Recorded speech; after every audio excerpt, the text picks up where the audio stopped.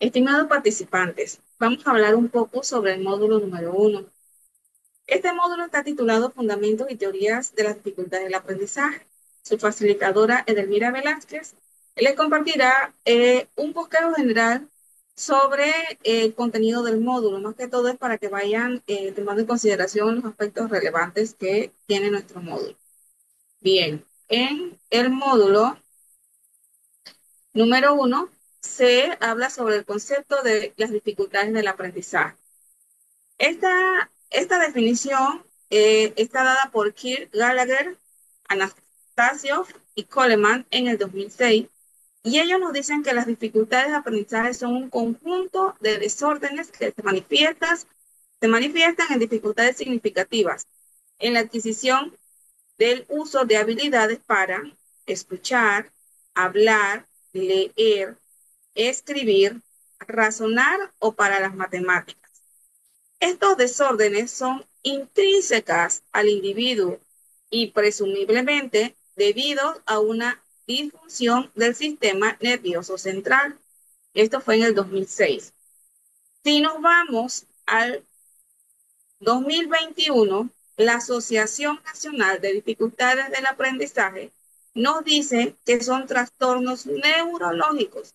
Ya tienen una base a nivel neuronal, a nivel de las funciones del cerebro, que afecta la habilidad de una persona para recibir, procesar, almacenar y responder a la información. Si observamos, cada uno de esos elementos son esenciales en el proceso cognitivo y para que se dé el aprendizaje. Entonces, los individuos con dificultades de aprendizaje usualmente tienen una inteligencia promedio o una inteligencia superior. Entonces, es un dato interesante. Si estudiamos un poco la historia de las dificultades del aprendizaje, nos vamos al siglo XIX y en 1877 el doctor alemán Adolf Husmel nos decía que eh, introduce un término que se llama ceguera verbal con el propósito de describir a individuos que no pueden leer debido a una disfunción cerebral, aunque no hayan perdido la capacidad de ver, de hablar y de escuchar. Entonces, recordar que antes los estudiantes en el siglo XIX y siglos antes, las personas que tenían alguna dificultad del aprendizaje o cuando no se ajustaban a los estándares educativos, se decía, uno, que eran vagos o dos, que eran personas incapaces. Entonces, es aquí donde en el siglo XIX empieza ya a darse otra visión, se empieza a dar una explicación a la situación que estaba ocurriendo o que estaban viviendo esos estudiantes. Entonces, en 1896, William Pringle Morgan es quien publica un primer caso de dislexia en la revista The British Medical Journal. En él habla sobre un estudiante de 14 años que tiene muchas habilidades en el tema de las matemáticas. Sin embargo, tiene muy pocas palabras en el tema de lectura. Entonces es allí donde empieza a hacerse estudios importantes que surgen ya a partir del siglo XX. En 1905, el señor Alfred Binet y Theodore Simon desarrollan el primer test de inteligencia. Es muy reconocido y todavía utilizado la escala Binet-Simon, que más tarde se usará para identificar a los niños con dificultades del aprendizaje. Ya en 1925, Samuel Orton comienza a estudiar propiamente el término dislexia, sugiriendo que es causada por una falta de dominancia cerebral. Se observa de considerar a las personas que no son capaces a la aplicación de pruebas para discernir la capacidad de aprendizaje de la persona. Ya en 1925 introducen una nueva visión con referencia a el problema de la dificultad del aprendizaje. Entonces ya se habla de una falta de dominancia cerebral. Entonces, Pero no solamente se habla de esa falta de dominancia, sino que también se proponen métodos para la enseñanza multisensorial. ¿Qué es lo que estamos hablando entonces de invadir todos esos canales sensoriales? Vista, tacto, auditivo y el 1940, en la década del 40, empiezan a publicarse investigaciones que diferencian los problemas de aprendizaje de los retardos mentales, sentando las bases para el estudio de las dificultades del aprendizaje específico.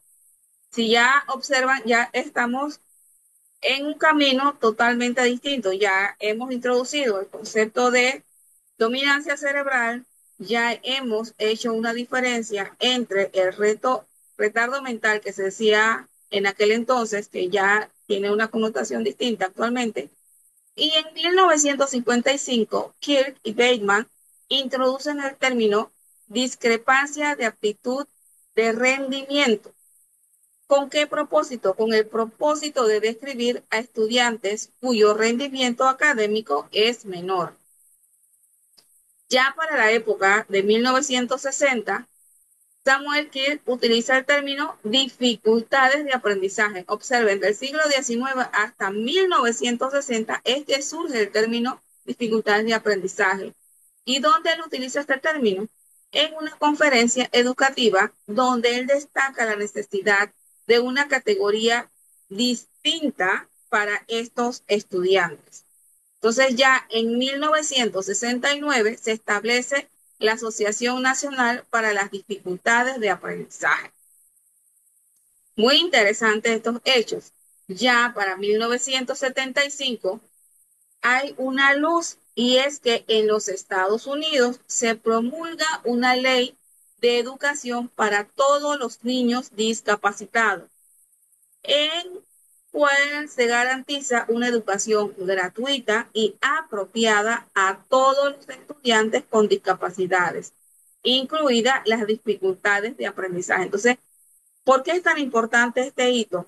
Porque ya se legaliza, ya se le da esa oportunidad, esa apertura y se respetan las diferencias individuales, a lo que actualmente llamamos atención a la diversidad.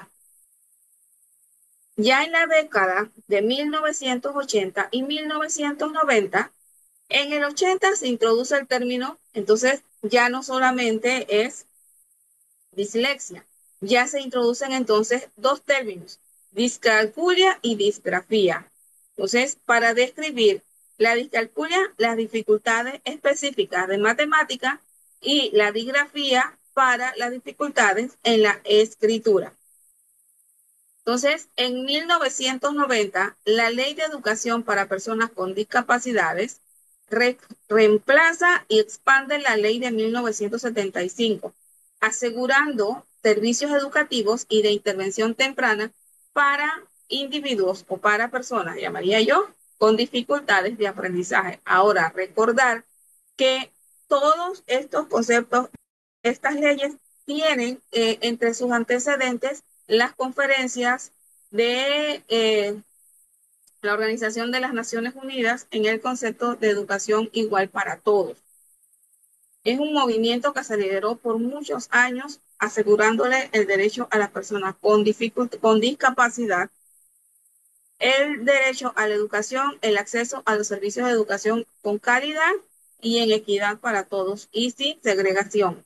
Entonces ya para la década del 2000 y 2010 empieza una serie de cambios que se ven reflejados en las aulas. Por ejemplo, en el 2004 se enmienda la idea de incluir el modelo de respuesta a la intervención que se utilizaba para identificar y apoyar a estudiantes con dificultades de aprendizaje a través de intervenciones escalonadas, en lo que se llama el PI, el Proyecto Educativo Individual, por a cada persona, adaptado a la necesidad de cada uno. Ya en el 2009, la Ley de Derechos Educativos para Personas con Discapacidad, esto estamos hablando de, en el caso de los Estados Unidos, se promulga en varios estados esa ley y lo que hace es asegurarle derechos educativos y acceso a servicios para estudiantes con dificultades del aprendizaje. Es decir, que todos los estudiantes ya no están segregados en centros especializados, sino que todos los estudiantes se incluyen dentro de los centros educativos. Ahora hay que recordar que antes de inclusión empezó la integración, que aunque estaban dentro de los centros, no dentro de las aulas, sino que en un aula aparte, ¿no? Entonces, en la historia de las dificultades específicas, por ejemplo, ya sabemos en el siglo XIX, los doctores Bergman y Pringle fueron uno de los primeros en estudiar la dislexia. Entonces, también se empezó a definir el término discalculia.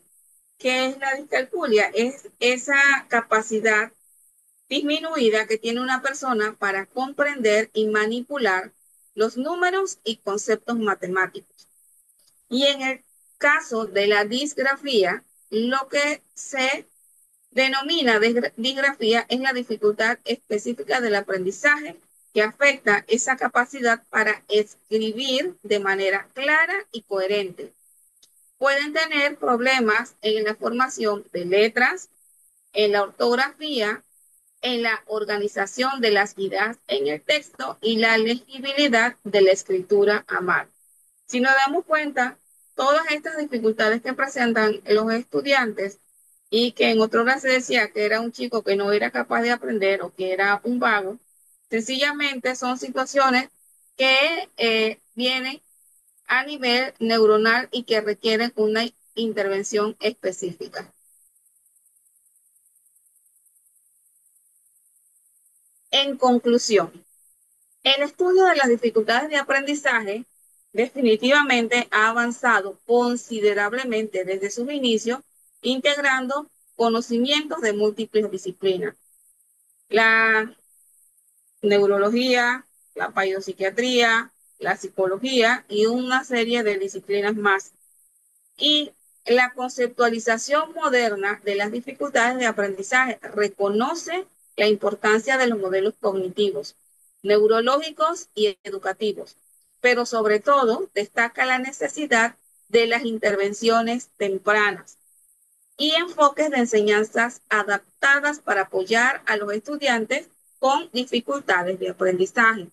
Todos estos avances, pues los vamos a ver en nuestro encuentro durante el periodo de clases. Sin más que decirles, muchísimas gracias.